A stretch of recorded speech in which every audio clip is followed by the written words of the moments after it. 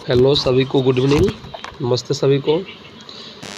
Unique CS student YouTube channel पे जैसा कि आप सभी थंबनेल में देख चुके हैं कि आज का जो चैप्टर है, हम इसमें जो क्लास 10th की जो प्रथम चैप्टर है प्रकाश के प्रवर्तन तथा अपवर्तन, उसकी हम वस्तुनिष्ठ प्रश्नों को देखने वाले हैं पूरे हल के साथ। तो आप लोग क्लास में अंत तक बने रहें और इस वीडियो को अंत तक ज़रूर देखें। 50-60 ऑब्जेक्टिव है, ज़रूर क्लियर हो जाएगा आप लोगों का। ठीक है, तो यदि आप नए बच्चे हैं तो मेरे चैनल को सब्सक्राइब जरूर कर दें और वीडियो को लाइक करना ना भूलें। चलिए शुरू करते हैं। आज का पहला जो प्रश्न है वो है, प्रकाश की किरण गमन करती है सीधी रेखा में, टेढ़ी रेखा में, किसी भी दिशा में। आपको पता है कि प्रकाश की जो किरण गमन करती है वो क्या होगा, सीधी रेखा में। तो इसका आंसर जो हो जाएगा आपका 1 का ये हो जाएगा। इसको आपको याद रखना है कि प्रकाश की जो किरण होती है सीधी रेखा में। आज का दूसरा प्रश्न जो सबसे इम्पोर्टेंट है, काफ़ी महत्वपूर्ण भी है, बहुत बार पूछा जाता है कि प्रकाश का वेग जो है न्यूनतम होता है। किस में न्यूनतम होता है? तो सबसे पहले आप पढ़े होंगे कि जो निर्वात है, निर्वात में जो प्रकाश की चाल होती है वो होती है 3 × 10⁸ मीटर पर सेकेंड। और हवा में जो प्रकाश की चाल होती है वो होती है 2.99 × 10⁸ मीटर पर सेकेंड। और यहाँ पे आपका जल में जो प्रकाश की चाल होती है, जल में होती है 2.25 × 10⁸। और यहाँ पे जो कांच है, कांच में होती है 2 × 10⁸। तो आपका जो ऑप्शन है इन चारों में जो कांच होगा, कांच में प्रकाश की चाल सबसे क्या होगा, कांच में जो प्रकाश की चाल होगी वो सबसे कम होगी, अर्थात न्यूनतम होगी। तो आपको समझ में आ चुका होगा। अगला प्रश्न है, मोटर गाड़ी के चालक के सामने क्या लगा रहता है? समतल दर्पण, उत्तल दर्पण, अवतल दर्पण, उत्तल लेंस। तो आपको पता है मोटर गाड़ी के जो चालक है उसके सामने आपका अवतल दर्पण लगा होता है। क्या लगा होता है? अवतल दर्पण होता है। और साइड में बोला जाए, साइड में, तो साइड में उत्तल दर्पण लगा होता है। ठीक है, अगर साइड वही पूछता पार्श्व मिरर के रूप में। क्या पूछता? पार्श्व मिरर के रूप में। यदि पार्श्व मिरर के रूप में पूछता तब आपका आंसर होता है उत्तल दर्पण, लेकिन इसका आंसर होगा सी। 3 का सी हो जाएगा। चलिए इसको याद रखिएगा। मोटर कार के हेडलाइट में किसका प्रयोग होता है? मोटर कार का जो हेडलाइट है, आपको इसके आंसर पर ध्यान नहीं देना है। ठीक है, मोटर कार का जो हेडलाइट है उसमें किसका प्रयोग होता है? समतल दर्पण, उत्तल दर्पण, अवतल दर्पण, और डी में दिया था उत्तल लेंस। तो आपको याद रखना है डी में दिया हुआ है उत्तल लेंस। ठीक है, तो मोटर गाड़ी के जो हेडलाइट होता है वहाँ भी हम अवतल दर्पण का प्रयोग करते हैं। सामने तो हेडलाइट बोले या सामने बोले तो अवतल दर्पण, और यदि पार्श्व दर्पण या साइड मिरर के रूप में पूछे तो यहाँ पर हो जाएगा आपका उत्तल दर्पण। तो आपको इसको याद रखना है। VVI प्रश्न है और एग्जाम में बार बार पूछा जाता भी है। समतल दर्पण द्वारा बना प्रतिबिंब होता है। समतल दर्पण जो प्रतिबिंब बनाता है कैसा बनाता है? आपको पता है कि जो समतल दर्पण जो आपका प्रतिबिंब बनाता है उसका जो आरेख होता है इस प्रकार से होता है। और समतल दर्पण द्वारा बने प्रतिबिंब जो होते हैं वो क्या होते हैं? काल्पनिक होते हैं। क्या होते हैं बाबू? काल्पनिक होते हैं। आकार में क्या होते हैं? बराबर होते हैं। और उनका जो आवर्धन होता है 1 होता है। तो इसका आंसर होगा काल्पनिक। याद रखिएगा, समतल दर्पण द्वारा बना प्रतिबिंब जो होता है काल्पनिक होता है। और समतल दर्पण के जो अलावा उत्तल दर्पण भी एक ऐसा दर्पण है जो काल्पनिक प्रतिबिंब को बनाता है। लेंस की क्षमता का मात्रक क्या होता है? तो लेंस की क्षमता का जो मात्रक होता है इसको हम बोलते हैं डाईऑप्टर। क्या बोलते हैं? डाईऑप्टर, जिसको हम डी से सूचित करते हैं। और डी का जो वैल्यू होता है 1/मीटर होता है डाईऑप्टर। ठीक है, हाँ, डाईऑप्टर का मतलब P बराबर फार्मूला होता है, आपको बता देना चाहता हूँ मैं। देखिए P बराबर जो फार्मूला होता है वो होता है 1/f। ठीक है, तो 1 का 1 हो गया और f का हो गया मीटर। और P का जो वैल्यू होता है जैसे मतलब वो होता है d, तो d बराबर 1/m। और इसी d को हम क्या बोलते हैं? डाईऑप्टर, जो लेंस का ऐसा ही क्षमता का ऐसा ही मात्रक होता है। तो 6 का आंसर आपका हो गया ए। 7 नंबर, प्रकाश की किरणों का पथ दर्शाने वाले चित्र को क्या कहते हैं? वैसा चित्र जो प्रकाश की किरणों का पथ दर्शाता है उसको क्या कहते हैं? जो प्रकाश की किरणों का जो पथ दर्शाता है उसको हम बोलते हैं किरण आरेख। इसको आपको क्या करके रखना है भाई साहब? याद रखना है। बहुत आसान क्वेश्चन था। 8वां प्रश्न है, 2D क्षमता वाले लेंस का फोकसांतर। यदि मतलब P दिया हुआ है 2D, उसका फोकस क्या होगा, फार्मूला होता है P बराबर 1/f, और यहाँ f पूछ रहा है तो f बराबर हो जाएगा 1/p, लेकिन यहाँ p दिया हुआ है, आंसर सेंटीमीटर में है तो 100 सेंटीमीटर बटा यहाँ 2 रख देंगे, तो कटाएंगे तो क्या होगा आपका, देखिए आप सेंटीमीटर क्यों रखे, बिकॉज आंसर सेंटीमीटर में है। अगर सिर्फ 2 लिखते हैं तो आपका आंसर आता है 0.2 अर्थात 0.2 मीटर, लेकिन आंसर सेंटीमीटर में है तो क्या होगा 100 सेंटीमीटर ऊपर में रखेंगे, नीचे में p का वैल्यू कितना है 2 दिया है, तो 100/2 कितना हो गया 50 सेंटीमीटर, तो आपका आंसर आ गया 50 सेंटीमीटर। और यहाँ प्लस में आएगा, तो प्लस में आएगा तो 50 सेंटीमीटर का कौन सा लेंस होगा आपका, अवतल लेंस होगा, सॉरी उत्तल लेंस होगा। कौन सा लेंस होगा ये, उत्तल लेंस होगा। क्यों, क्योंकि उत्तल लेंस की फोकस दूरी प्लस तो उनकी क्षमता भी प्लस। आइए 9 नंबर, किसी उत्तल लेंस का फोकसांतर 50 सेंटीमीटर है तो उसकी क्षमता होगी। अब उत्तल लेंस की फोकस दूरी दिया है 50 सेंटीमीटर, तो उसकी क्षमता P क्या होगा, तो P बराबर होता है 1/f, यदि मीटर में दिया रहता है तब, और यदि सेंटीमीटर में दिया हो तो 100/f, तो 100 हो जाएगा, और f कितना दिया हुआ है 50 दिया हुआ है, कैंसिल करोगे तो 2 आएगा, 2 डायोप्टर, और प्लस में कि माइनस में, तो जिस प्लस में, क्यों, क्योंकि हमारा जो लेंस है वो उत्तल लेंस है, ये बताया हो, तो आंसर आपका हो जाएगा D। बिल्कुल समझ में आ गया, यदि समझ में नहीं आए तो कमेंट करके ज़रूर बताएं। आज का 10वां प्रश्न, यह क्वेश्चन है, प्रकाश के किरणों के समूह को कहते हैं, तो पक्का याद होगा आपके, प्रकाश के किरणों के जो समूह होते हैं उसे हम क्या कहते हैं, उसे हम कहते हैं किरणपुंज। प्रकाश के किरणों के समूह को हम क्या कहते हैं बाबू, किरणपुंज कहते हैं। मतलब जब प्रकाश किरण एक साथ गमन करे वो किरणपुंज कहलाया। और किरणपुंज के कितने प्रकार होते हैं, 3 प्रकार, एक होता है अभिसारी, एक होता है अपसारी, एक होता है समांतर किरणपुंज। तो अपसारी किरणपुंज क्या होता है, अपसारी किरणपुंज उसे कहते हैं। अपसारी क्या होता है समझ लीजिए यहाँ पर, अपसारी किरणपुंज उसे कहते हैं, इसमें प्रकाश की किरणें एक बिंदु से निकलकर चारों तरफ फैलती चली जाती है, वो कहलाएगा अपसारी किरणपुंज, मतलब अपसारित होता है। एक होता है अभिसारी किरणपुंज। अभिसारी किरणपुंज क्या होता है, जैसे प्रकाश की किरण एक बिंदु पर आकर मिलती है, यदि प्रकाश की किरणें एक बिंदु पर आके मिले तो वो कहलाएगा आपका अभिसारी किरणपुंज। क्या कहलाएगा बाबू, अभिसारी किरणपुंज। और एक होता है समांतर किरणपुंज। समांतर किरणपुंज में क्या होता है कि प्रकाश की किरणें एक दूसरे के समांतर गति करती है, तो इसको याद रखना है। उत्तल लेंस की क्षमता होती है, अब देखिए आपका जो उत्तल लेंस होता है बाबू, उत्तल लेंस होता है, और उत्तल लेंस यही होता है जो बीच में मोटा और किनारे पतला होता है। और उत्तल लेंस की जो क्षमता होती है क्या होती है, प्लस होती है, क्योंकि उत्तल लेंस की जो मुख्य फोकस होती है वो दाहिना तरफ होती है, और चीन परिपाटी के अनुसार उत्तल लेंस की जो मुख्य फोकस होती है प्लस होती है, और फार्मूला होता है P बराबर 1/f। जब f प्लस होगा तो P भी प्लस, तो उत्तल लेंस की क्षमता क्या होगी, धनात्मक। उत्तल लेंस की फोकस भी क्या होगी, धनात्मक। इन दोनों बातों को आपको याद रखना है। चलिए, और अवतल लेंस की पूछे तो ऋणात्मक, इसको भी याद रखना, दे ही दिया है। अवतल लेंस की क्षमता होती है, तो अवतल लेंस की क्षमता क्या होती है बाबू, ऋणात्मक होती है। और अवतल लेंस की फोकस भी क्या होगा, ऋणात्मक होगा। ये भी प्रश्न दोनों है, एग्जाम में आता ही आता है, यह आपको याद करके रखना है। आइए आगे चलते हैं। उत्तल लेंस को कहते हैं, उत्तल लेंस को एक और नाम क्या है, उत्तल लेंस को हम लोग अभिसारी लेंस कहते हैं। क्या कहते हैं, उत्तल लेंस को अभिसारी लेंस। क्यों, क्योंकि यह प्रकाश की आती समांतर किरणों को, प्रकाश की आती समांतर किरणों को क्या करता है, एक बिंदु पर आकर मिला देता है, इसलिए इसको हम क्या कहते हैं, अभिसारी लेंस भी कहते हैं। उत्तल लेंस को हम बोलते हैं अभिसारी लेंस।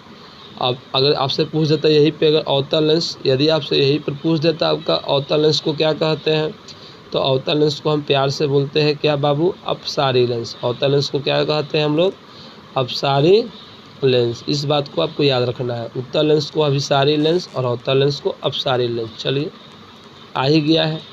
अवतल लेंस को कहते हैं, अवतल लेंस को क्या कहेंगे, अपसारी लेंस कहेंगे। क्यों, क्योंकि यह प्रकाश की किरणों को एक बिंदु से क्या करता है, एक बिंदु से क्या करता है बाबू, यह प्रकाश की किरणों को एक बिंदु से चारों तरफ फैला देता है, इसलिए इसको हम क्या कहते हैं, इसलिए इसको हम अपसारी, इसलिए इसको हम क्या कहते हैं, इसलिए इसको हम अपसारी लेंस कहते हैं। याद रखना है आप लोगों को। निम्न में कौन सा पदार्थ लेंस बनाने के लिए प्रयुक्त नहीं किया जा सकता है? जल, कांच, प्लास्टिक, मिट्टी। तो इसका आंसर आपको याद रखना है मिट्टी। मिट्टी से हम लेंस नहीं बना सकते हैं। किस दर्पण से हमेशा छोटा प्रतिबिंब बनता है? चलिए थोड़ा इसको समझ लेते हैं। यदि आपसे समतल दर्पण पूछें तो इसको याद रखिएगा, कॉपी में लिख भी सकते हैं। समतल दर्पण जो होता है हमेशा जो प्रतिबिंब बनाएगा वो बनाएगा बराबर। क्या बनाएगा बउआ? बराबर बनाएगा, सीधा बनाएगा और काल्पनिक बनाएगा। इसको आप याद रखिएगा, ठीक है। यदि आपसे पूछे उत्तल दर्पण, तो उत्तल दर्पण जो प्रतिबिंब बनाता है हमेशा बनाता है काल्पनिक। क्या बनाता है बाबू? काल्पनिक बनाता है और छोटा बनाता है और सीधा बनाता है। कौन? उत्तल दर्पण। और इसी प्रकार से पूछेगा आपसे अवतल दर्पण, तो अवतल दर्पण जो प्रतिबिंब बनाता है वो आपका हो जाएगा छोटा भी, वो आपका होगा बड़ा भी। वो बड़ा भी बनेगा, वास्तविक भी बनेगा, काल्पनिक भी बनेगा, ठीक है, उल्टा भी बनेगा और सीधा भी बनेगा। तो इस बात को याद रखना है। अब क्वेश्चन क्या है? क्वेश्चन को अब देखा जाए थोड़ा सा। किस दर्पण से हमेशा वस्तु से छोटा प्रतिबिंब बनता है? हमेशा वस्तु से छोटा। समतल तो बराबर बनाएगा, अवतल तो छोटा बड़ा बनाएगा। तो हमेशा की बात कर रहा है तो हमेशा छोटा ही बनेगा, मतलब बड़ा नहीं बनेगा। तो कौन सा दर्पण होगा बाबू? वो होगा आपका उत्तल दर्पण। 16 का आंसर हो गया बी, याद रखिएगा। किस दर्पण में वस्तु का बड़ा प्रतिबिंब बनता है? हमने पढ़ा कि समतल में बराबर बनता है। अभी पढ़े हैं कि समतल में क्या बनता है बाबू? बराबर बनता है। समतल में आपका बन गया प्रतिबिंब बराबर, उत्तल में बन गया आपका, उत्तल में क्या बन गया? छोटा। तो अवतल में क्या होगा? बड़ा बनेगा। तो 17 का आंसर आपका हो जाएगा बी। इसको आपको क्या करना है? याद करके रखना है। चलिए, अब प्रकाश के प्रवर्तन के कितने नियम हैं? तो प्रकाश के प्रवर्तन के 2 नियम हैं। कौन कौन? आइए देखते हैं, समझ लेते हैं। यहाँ पे प्रकाश के प्रवर्तन के 2 नियम हैं। जब प्रकाश किरण एक बिंदु पर आपतित होती है तो अपने ही माध्यम में क्या होती है? वापस लौट जाती है। और यहाँ पे कोनाई होता है, यहाँ कोनार होता है। तो आपतित किरण, परावर्तित किरण और आपतन बिंदु O पर डाला गया विलंब तीनों एक ही तल में होता है। और दूसरा नियम क्या होता है कि कोनाई जो है कोण R के बराबर है। यही है प्रकाश के प्रवर्तन का नियम, ठीक है। अगला देखिए, अब है जब प्रकाश की किरण हवा से कांच में प्रवेश करती है तो मुड़ जाती है। देखिए यहाँ पे हवा जो होगा विरल माध्यम होगा और यहाँ कांच जो होगा बाबू वो आपका हो जाएगा सघन माध्यम। तो आप जानते हैं जब प्रकाश विरल माध्यम से सघन माध्यम में प्रवेश करती है, तो जब प्रकाश विरल माध्यम से सघन माध्यम में प्रवेश करती है, जब प्रकाश विरल माध्यम से सघन माध्यम में प्रवेश करती है तो क्या होता है? आपको बता देते हैं, यही होता है। वो क्या होता है? थोड़ा सा अपने अभिलंब की ओर मुड़ जाती है, ठीक है बुआ, अभिलंब की ओर मुड़ जाती है। तो अभिलंब के निकट मुड़ जाएगी। और यहाँ पे क्या होता है कि जो कोण आई होता है ग्रेटर देन कोण आर होता है। इस केस को भी आपको याद करके रखना है। फोटोग्राफी कैमरा का अभिदर्शक होता है। कैमरा में कौन सा लेंस होता है? तो कैमरा में उत्तल लेंस होता है। बहुत वीवीआई क्वेश्चन है, आपको याद रखना है। कैमरा में कौन सा लेंस होता है? तो कैमरा में उत्तल लेंस होता है। आइए, साइड मिरर के रूप में प्रयुक्त होता है। गाड़ी में साइड मिरर में क्या लगा होता है? उत्तल दर्पण? जी नहीं। उत्तल लेंस? नहीं। प्रिज्म? नहीं। क्या लगा होता है? उत्तल दर्पण।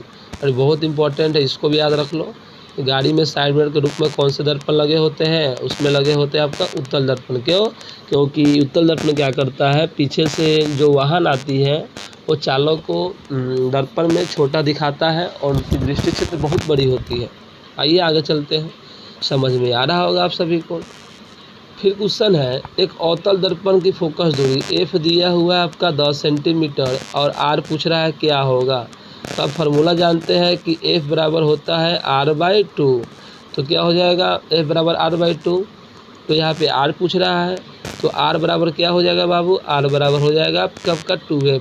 तो 2 गुने क्या हो जाएगा? 10, 2 दूना 20 सेंटीमीटर। तो 22 का आंसर हो जाएगा आपका बी। निर्गत किरण एवं अभिलंब के बीच के कोण को क्या कहते हैं? तो निर्गत किरण और अभिलंब के बीच के कोण को हम निर्गत कोण कहते हैं। बिल्कुल सही है भाई साहब। सरल सूक्ष्मदर्शी में किसका प्रयोग होता है? सरल सूक्ष्मदर्शी बोले या आपसे बोले माइक्रोस्कोप, तो माइक्रोस्कोप में भी किसका प्रयोग होता है? उसी को इंग्लिश में बोलते हैं माइक्रोस्कोप। इसमें उपयोग होता है आपका उत्तल लेंस का। और हमारी आँख में कौन सा लेंस होता है? उत्तल लेंस। इसको भी याद रखना है। किस लेंस के द्वारा सिर्फ काल्पनिक प्रतिबिंब बनता है?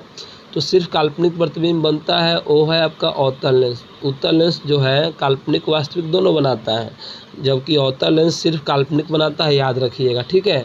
अवतल लेंस इसका आंसर होगा।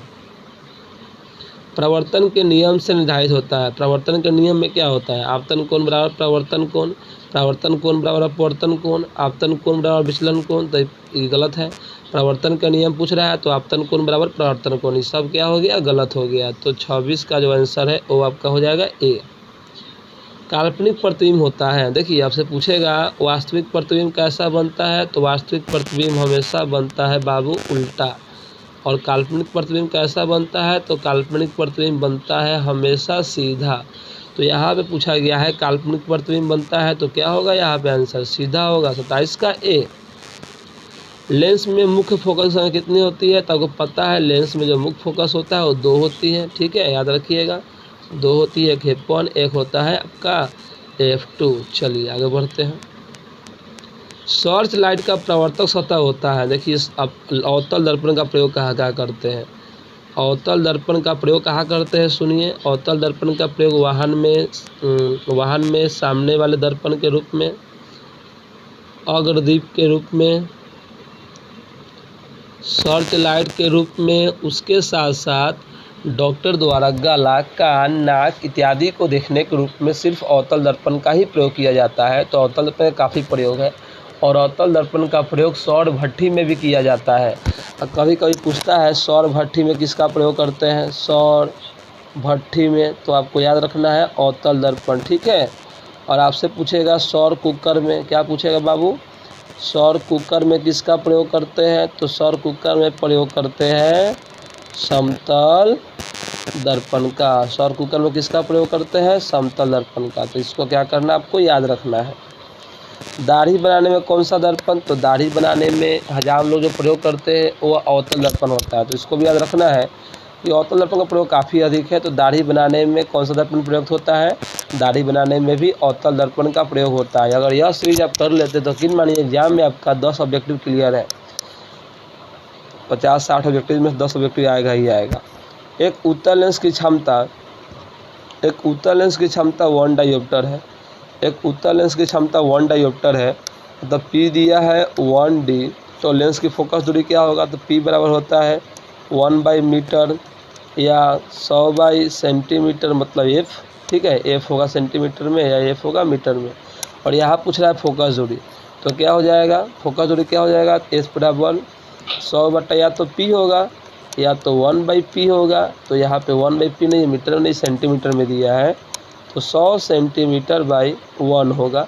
और यहाँ पे उत्तल लेंस है, देखिए बउआ उत्तल लेंस है। तो उत्तल लेंस है तो यहाँ क्या होगा? प्लस में होगा। क्यों? क्योंकि उत्तल लेंस की फोकस दूरी और क्षमता दोनों पॉजिटिव होती है, धनात्मक होती है। तो 100 सेंटीमीटर आंसर दिया भी है। चलिए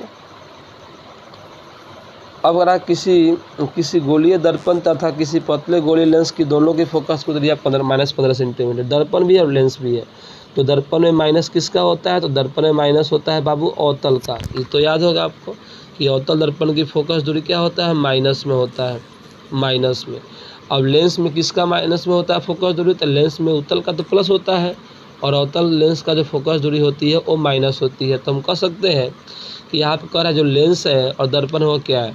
तो दोनों अवतल, दर्पण अवतल। तो भाई आपको पता है यहाँ दोनों क्या होगा? अवतल होगा। दर्पण भी अवतल होगा और आपका लेंस भी अवतल होगा। इसको याद रखना है। प्रकाश के अपवर्तन के कितने नियम है? प्रकाश के अपवर्तन के भी 2 नियम है। कौन कौन? वही नियम है कि जब प्रकाश एक माध्यम से दूसरे माध्यम में गुजरती है तो अपने पथ से कुछ विचलित हो जाती है। तो इसका पहला नियम क्या होता है? आपतित किरण, अपवर्तित किरण तथा आपतन बिंदु पर डाला गया अभिलंब तीनों एक ही तल में होता है। और दूसरा होता है कि जो साइन आई है, साइन अब आई बटा जो साइन आर है, ठीक है ना बउआ, वो μ2/μ1 के बराबर होता है या अपवर्तनांक के बराबर होता है। और इसी नियम को हम स्नेल का नियम भी कहते हैं। ये आप लोगों को पता होगा। चलिए आगे चलते हैं। किसी माध्यम के अपवर्तनांक का मान होता है, ये पढ़े हैं। माध्यम का अपवर्तनांक का मान क्या होता है बाबू? साइन आई बटा साइन आर होता है, इसको भी आपको याद करके रखना है। एक उत्तल लेंस होता है। उत्तल लेंस क्या होता है? देखिए उत्तल लेंस बनाते हैं। एक उत्तल लेंस वह देखिए एक उत्तल लेंस होता है, कैसा होता है? ये आपका उत्तल लेंस है। देखिए थोड़ा सा सही से बना लेता हूँ मैं, एक मिनट। ये आपका है उत्तल लेंस। तो देख रहे हैं कि उत्तल लेंस का बीच का भाग जो है मोटा है, किनारे का भाग थोड़ा सा क्या है? पतला है। सब जगह समान मोटा ही गलत। बीच की अपेक्षा किनारों पर मोटा गलत। किनारों की अपेक्षा बीच में मोटा, मतलब किनारों में पतला और बीच में मोटा, यही क्या है? उत्तल लेंस है। चलिए याद रखिएगा।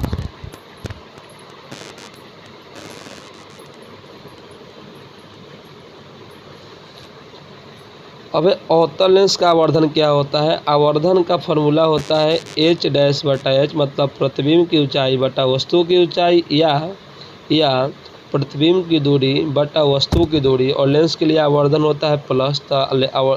अवतल लेंस हो या उत्तल लेंस हो, आवर्धन का जो फॉर्मूला होता है वो होता है प्लस v बटा यू। तो v बटा यू देखिए, डी नंबर आपका आंसर हो जाएगा, बिल्कुल जो सही है। अब है गोलीय दर्पण में फोकसांतर या वक्रता त्रिज्या। फोकसांतर बोले तो F और वक्रता त्रिज्या बोले तो R। संबंध क्या है? तो F बराबर होता है R/2 या R बराबर होता है 2F। ऐसा देखिए जिसमें मिले वो सही है। R बराबर 2F पहला ऑप्शन ही है, ए नंबर।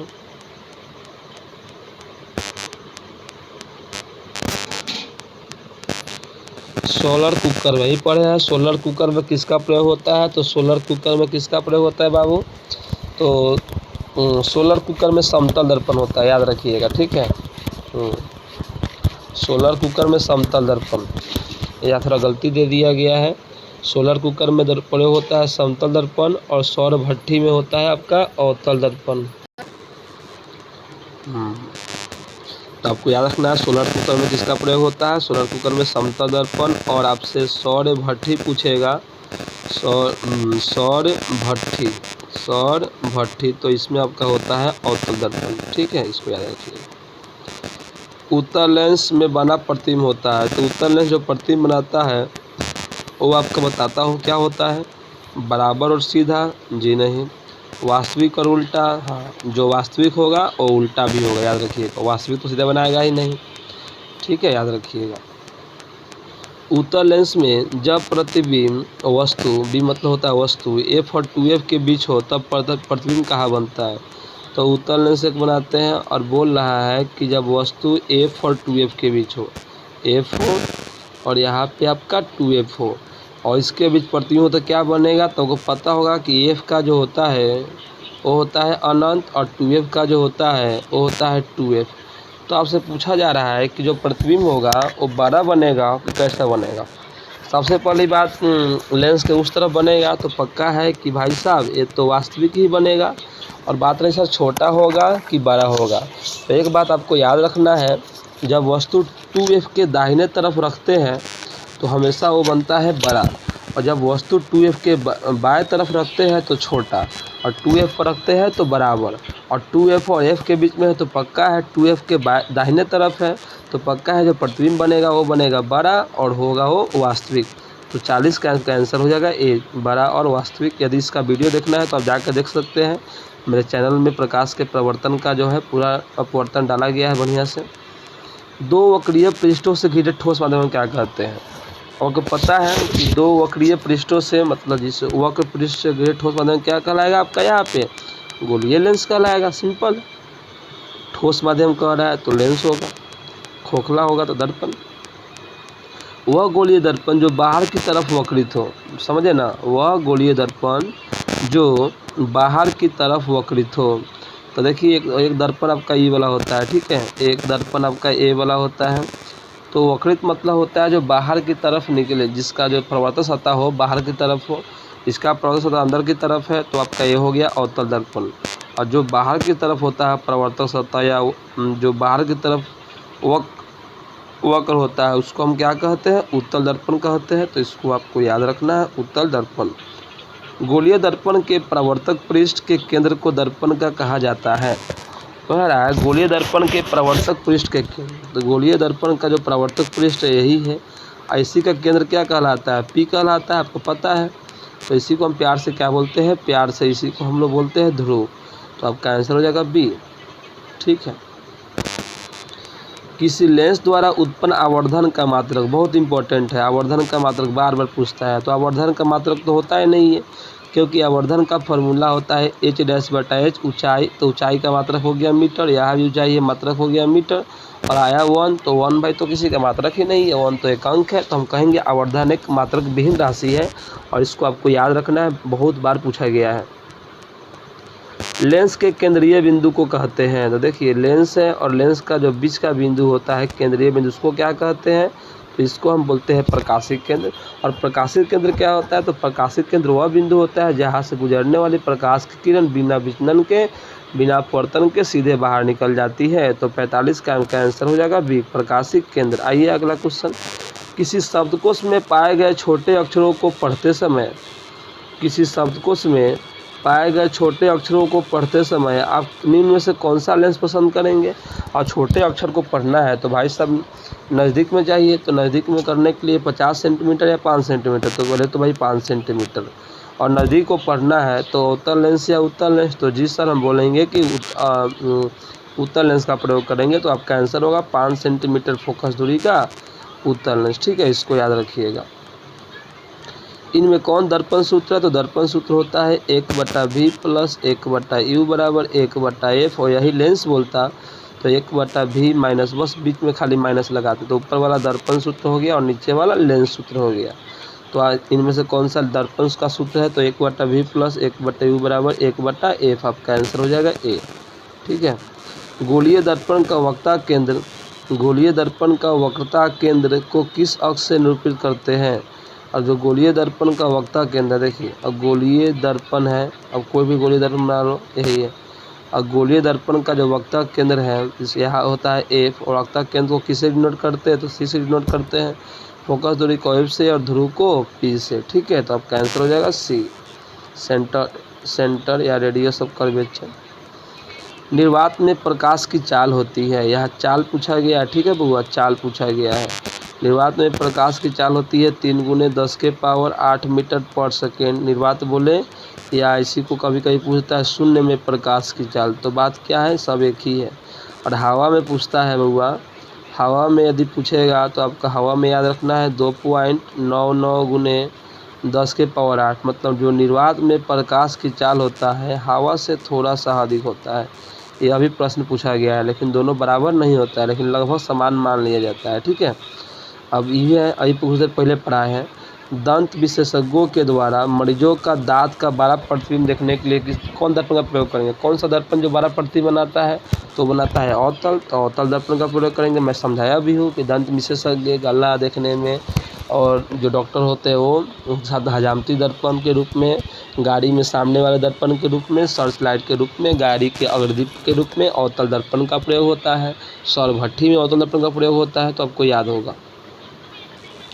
पतले लेंस की आवर्धन क्षमता होती है, तो पतले लेंस की आवर्धन क्षमता क्या होगा, कम होगा, याद रखिएगा। ठीक है, इसको याद रखिएगा, कैसे होता है हम बताएंगे आपको।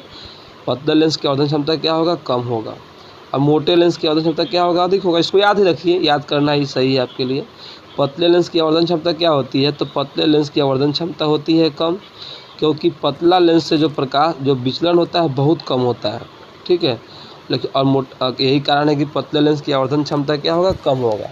और जो मोटा लेंस हो गया उससे विचलन आपका अधिक होगा, जब विचलन अधिक होगा तो आवर्धन भी अधिक होगा। ठीक है, तो वस्तु कहीं जाकर दूर बनेगा, प्रतिबिंब कहीं दूर जाकर बनेगा। तो पतले लेंस का आवर्धन क्षमता कम क्यों होता है, क्योंकि इसका विचलन कम होता है। तो ठीक है, और मोटे लेंस की आवर्धन क्षमता क्या होती है, अधिक होती है, क्योंकि इसमें विचलन भी अधिक होता है।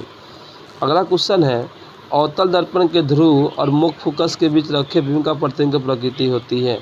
और ये अवतल दर्पण बना देता हूँ। अब क्या कह रहा है, यहाँ P है और यहाँ पे F है, और यहाँ प्रतिबिंब तो क्या होता है, आपको याद रखना है कि जब ध्रुव और P के बीच वस्तु को रखते हैं, अर्थात P और F के बीच वस्तु को जब रखते हैं, जो प्रतिबिंब बनता है वो तो बनता है भाई साहब काल्पनिक। एक यही केस इसमें काल्पनिक बनता है, काल्पनिक भी बनता है, बड़ा भी बनता है और सीधा भी बनता है। काल्पनिक बोले तो आभासी भी बनेगा या सीधी भी बनेगा, तो आपका आंसर हो गया बी। और साथ में बड़ा भी बनता है, और कहाँ बनता है, दर्पण के दूसरे तरफ। ठीक है, दर्पण के पीछे। उत्तल लेंस का प्रकाशिक केंद्र और मुख्य फोकस के बीच बिंब का प्रतिबिंब। अब उत्तल लेंस है ये उत्तल लेंस और ये हो गया वो प्रकाशिक केंद्र, और यहाँ हो गया आपका एफ। यहाँ भी जब वस्तु रखेंगे तो इसका भी प्रतिबिंब बनेगा यहाँ पे, ठीक है, इसका भी प्रतिबिंब यहाँ बनेगा, जो बनेगा बड़ा, क्या बनेगा बाबू, बड़ा बनेगा, और बनेगा काल्पनिक अर्थात आभासी, और बनेगा सीधा। तो इसका भी आंसर आपका हो जाएगा आभासी एवं सीधा, ठीक है, याद रखिएगा। अवतल दर्पण के मुख्य फोकस पर रखे बिंब का प्रतिबिंब की स्थिति होती है। अगर मुख्य फोकस पर कोई वस्तु रखते हैं तो कहाँ बनेगा, फोकस पर रखते हैं तो अनंत पर बनता है, और अनंत पर रखते हैं तो फोकस पर बनता है। तो कहाँ पे है, फोकस पर रखे हैं तो कहाँ बनेगा बउआ, वो अनंत पर बनेगा। सी नंबर आंसर, ठीक है, याद रखिएगा। 56 नंबर, उत्तल लेंस के मुख्य फोकस पे रखे प्रतिबिंब की स्थिति होती है। अब उत्तल लेंस के फोकस पे रखो या अवतल लेंस के फोकस पे रखो या उत्तल दर्पण के फोकस पे रखो या अवतल दर्पण के फोकस पे रखो, हमेशा प्रतिबिंब कहाँ बनेगा, अनंत पर ही बनेगा। इस बात को तो आपको याद करके रखना ही है। अब है अवतल लेंस के मुख्य फोकस पे रखे बिंब की स्थिति, भाई आसान है, फिर से कह रहा है। अब अवतल लेंस के मुख्य फोकस पर, ठीक है, अब अवतल लेंस के मुख्य फोकस पर रखोगे तो क्या होगा, देखते हैं। देखिए ये आपका है अवतल लेंस,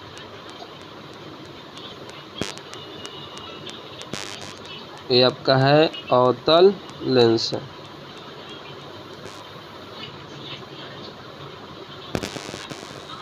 ये आपका है अवतल लेंस POF। अब क्या करा, अगर इसके हम फोकस पर वस्तु को रखते हैं तो क्या होता है, अगर इसके, देखिए अगर वस्तु को आप यहाँ रखेंगे बाबू, अगर वस्तु को आप यहाँ रखेंगे तो हमेशा जो इसका प्रतिबिंब बनेगा छोटा बनेगा और काल्पनिक बनेगा, और जो बनेगा ना ये प्रकाशिक केंद्र और एफ के बीच बनेगा, क्योंकि इधर रहने पर ही छोटा बनेगा, ठीक है। तो प्रकाशिक केंद्र फोकस के बीच, लेकिन नहीं गलती, इसका आपका ऑप्शन ही गलत है, ठीक है, ऑप्शन गलत, इनमें से कोई नहीं होना चाहिए। आगे अवतल लेंस में कहीं भी रखो हमेशा छोटा ही बनेगा। अब अवतल लेंस के सामने अनंत पर रखे स्थिति, अब अनंत पर रखोगे तो कहाँ बनेगा, फोकस पर। हम बोले हैं अनंत पर रखोगे तो फोकस पर, और फोकस पर रखोगे तो अनंत पर। अवतल दर्पण के सामने अनंत पर रखे प्रतिबिंब की स्थिति, वही बात फिर कह रहा है। अब अवतल दर्पण में कहाँ रखा गया, अनंत पर। भाई इतना याद रखो, अगर एफ पर रखते हो तो बनेगा अनंत पर, और अनंत पर वस्तु को रखोगे तो एफ पर, और एफ पर रखोगे तो अनंत पर, अनंत पर रखोगे तो एफ पर। अवतल दर्पण में कहाँ रखा गया है, अनंत पर, तो कहाँ बनेगा, एफ पर। एफ बोले तो फोकस दूरी पर। लेंस के प्रकाशिक केंद्र से गुजरने वाली प्रकाश किरण अपवर्तन के पश्चात ही बोला हो कि लेंस के प्रकाशिक केंद्र से जो ही किरण गुजरती है बिना विचलन के क्या होती है, सीधे निकल जाती है। तो क्या लिखा हुआ है, बिना विचलन के साथ निर्गत होती है, गलत। 7 रंगों में विभक्त हो जाती है, गलत। ये क्या होगा, बिना विचलन के निर्गत होती है। तो 60 का आंसर आपका हो जाएगा सी, और मैं आपको बताया भी हूँ। 61वां प्रश्न, मुख्य फोकस से गुजरने वाली प्रकाश किरण उत्तल लेंस के अपवर्तन के पश्चात, अब आपको बताया गया था कि उत्तल लेंस में यदि आपका जो किरण है, यदि आपकी जो किरण है क्या हो, मुख्य फोकस से गुजरेगी तो क्या होगा, मुख्य अक्ष के समांतर हो जाएगी। फोकस से गुजरेगी तो मुख्य अक्ष के विपरीत, गलत। निर्गत किरण मुख्य अक्ष के समांतर, जी यही सही होगा। जो निर्गत किरण क्या होगा, मुख्य अक्ष के समांतर होगा।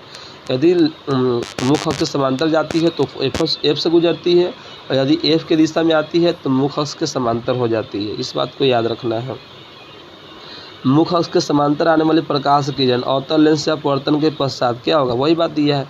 अगर मुख्य अक्ष के समांतर आ रहा है और अवतल लेंस में है, ठीक है, तो क्या होगा, एफ से गुजरेगा। देखिए तो लिखा हुआ है मुख्य अक्ष के विपरीत, गलत। उसी पथ के अनुदित वापस परिवर्तित हो जाती है, गलत। निर्गत किरण मुख्य अक्ष के समांतर हो जाती है, गलत। निर्गत किरण मुख्य अक्ष से दूर जाती है, गलत, ठीक है। तो निर्गत किरण जो है आपका मुख्य अक्ष, देखिए अब ऑप्शन यहाँ थोड़ा चेंज कर दिया गया है। तो निर्गत किरण आपका दिया हुआ है मुख्य अक्ष के नज़दीक जाती है, नहीं। अब मुख्य अक्ष से क्या हो रही है, देखिए अब आपका मुख्य अक्ष जो है, यहाँ देख लीजिए, मुख्य अक्ष के समांतर आने वाली किरण किसी अवतल लेंस से, अच्छा अवतल लेंस का रहा है, सॉरी माफ़ कीजिएगा। यदि उत्तल लेंस होता, उत्तल लेंस में क्या होता है कि यदि मुख्य अक्ष से अपवर्तन समांतर होती है और लेंस से अपवर्तन होती है तो मुख्य अक्ष की ओर मुड़ता है उत्तल लेंस में। देखिए मुख्य अक्ष के नज़दीक आ रहा है, परंतु अवतल में उल्टा हो जाएगा। अवतल में क्या होगा कि यदि प्रकाश की किरण गमन कर रही है तो देख सकते हैं कि ये वाला आपका मुख्य अक्ष है, ये मुख्य अक्ष से क्या हो रही है, दूर जा रही है। तो अवतल लेंस से यहाँ पूछा गया है, तो ध्यान से मारिएगा, नया नया क्वेश्चन अपडेट किया गया है। तो निजत किरण मुख अक्ष से दूर हो जाती है। चलिए, बहुत अच्छी बात है। तो आपको यह चैप्टर कैसा लगा? इसका ऑब्जेक्टिव जो है, अभी हमने इसमें कितना ऑब्जेक्टिव को देखा, 62, जो काफ़ी इंपॉर्टेंट ऑब्जेक्टिव आपको भी लगा होगा। और यदि आपको दिक्कत है तो आप क्या करें, कमेंट करें, ठीक है, और हमें बताएं। और यदि आप नए बच्चे हैं तो आप बता सकते हैं कि आपको कौन से विषय का ऑब्जेक्टिव चाहिए। फिलहाल मैं ऑब्जेक्टिव डाल रहा हूँ और इसके बाद धीरे धीरे मैं सब्जेक्टिव भी डालूँगा। कमेंट करके बताएं और चैनल को सब्सक्राइब कर दें और अपने दोस्तों के पास भी शेयर करें। फिर से मिलते हैं अगले वीडियो में। धन्यवाद देखने के लिए, धन्यवाद आप सभी को। चलिए।